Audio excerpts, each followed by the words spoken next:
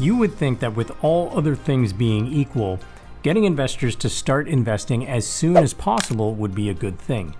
But a new research paper suggests that investing apps that make it easier to start investing with small amounts might actually be limiting the long-term wealth accumulation for investors overall. Well, that certainly caught my eye, so let's take a deeper look into what this paper found and how you can avoid making a big but easy to make mistake when it comes to growing your nest egg.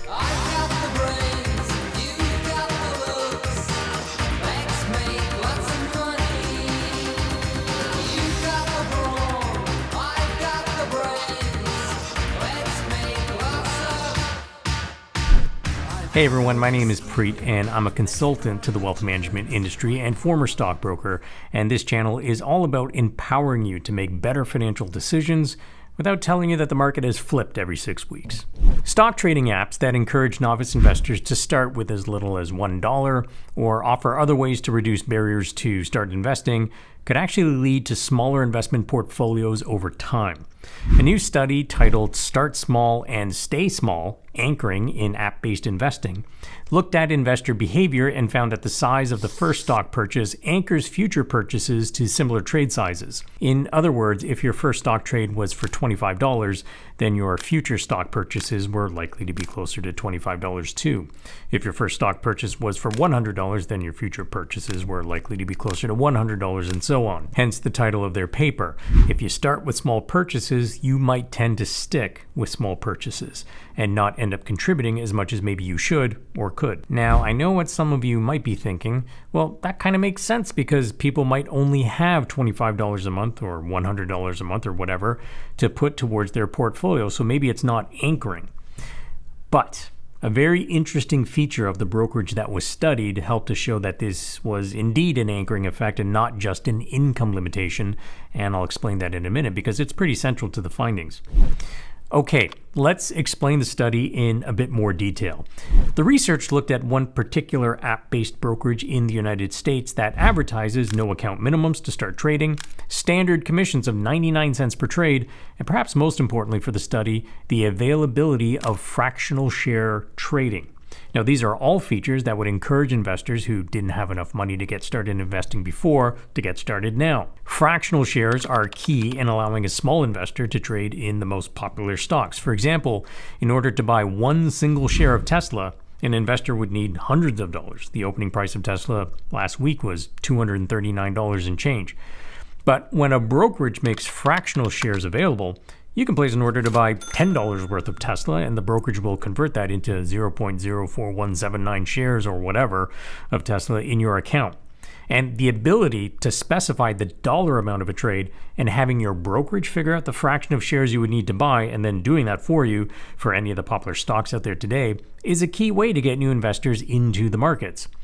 It also made it a lot easier to study the potential anchoring effects for trade sizes. But what was particularly interesting about the trading platform that was studied was that they offered gift cards. These gift cards could be purchased by other people and then gifted to help new investors place their very first trade. This was pretty fundamental to the study as it allowed the researchers to see if gifted funding versus self-funding for a first trade would still be subject to anchoring. And it was. And this is important because gifted funds from other people determine the size of the first trade, not the investors themselves, who you would imagine would think about their first trade size as some kind of function of their income and financial capability overall. But when someone else effectively determined the size of that first trade for them through the amount of the gift card, but the investor ultimately still made future stock trades at similar amounts to the amount on that gift card, it reinforced the idea that an anchoring effect was in fact occurring. And again, that anchoring effect served to lower the amount of contributions an investor might make overall, which has an impact on their long-term wealth accumulation. So if these new brokerage features like no minimums, fractional shares, and low or no commissions make it possible to start small, they may make it easy to stay small. This is the main point. Now, the anchoring effect was present for everyone across genders, age, income, and geography. Everybody anchored subsequent contributions to their initial contribution amount. Okay, so why is this such a big deal? Well, it's important to understand that early in an investor's journey, the size of contribution trumps rate of return. In other words, how much you put away is far more important than how well you invest that money. Again, early on. Let me give you a concrete example. Suppose you contributed $200 per month for 10 years and were only able to earn a rate of return of 1%. You're putting away $2,400 per year, and with that measly rate of return, you'd end up with $25,229.98 after 10 years, after having contributed a total of $24,000. Now, suppose you contribute only $100 per month, so half of $200 per month.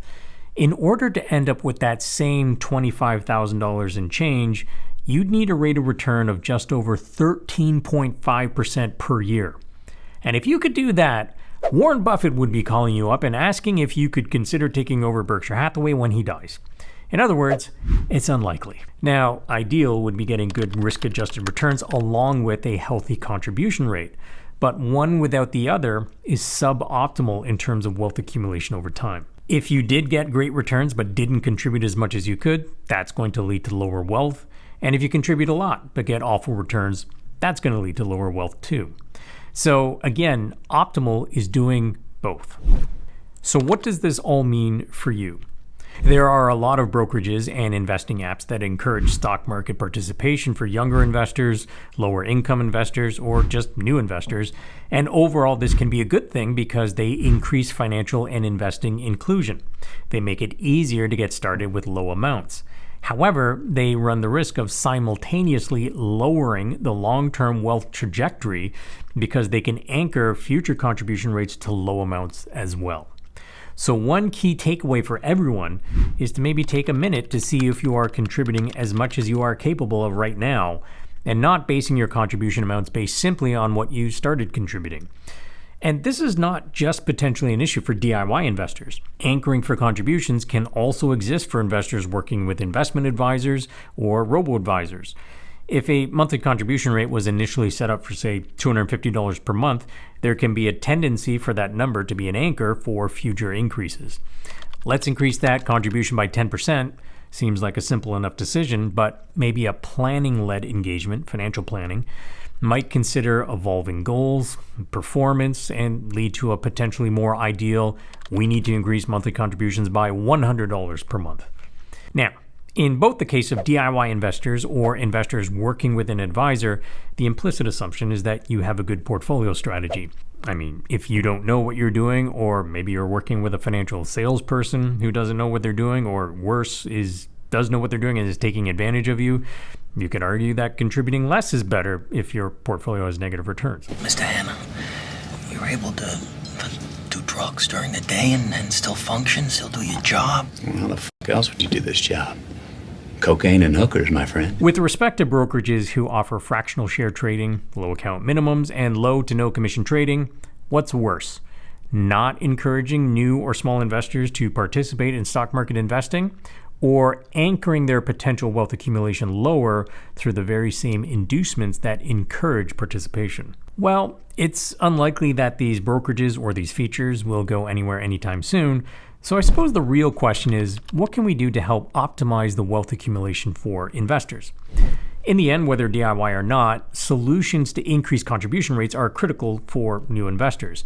Whether these are periodic prompts to save more, auto-escalation options for pre-authorized contributions, which automatically increase automated contributions over time, financial literacy interventions, or reducing barriers to light financial planning, remember, contribution rates trump investment decisions, at least early on.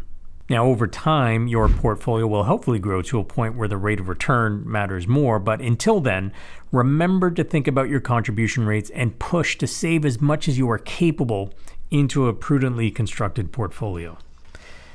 And now you know the drill. Hit that like button if you've made it this far. And don't forget to subscribe to my channel for more content like this. And I'll see you in the next video.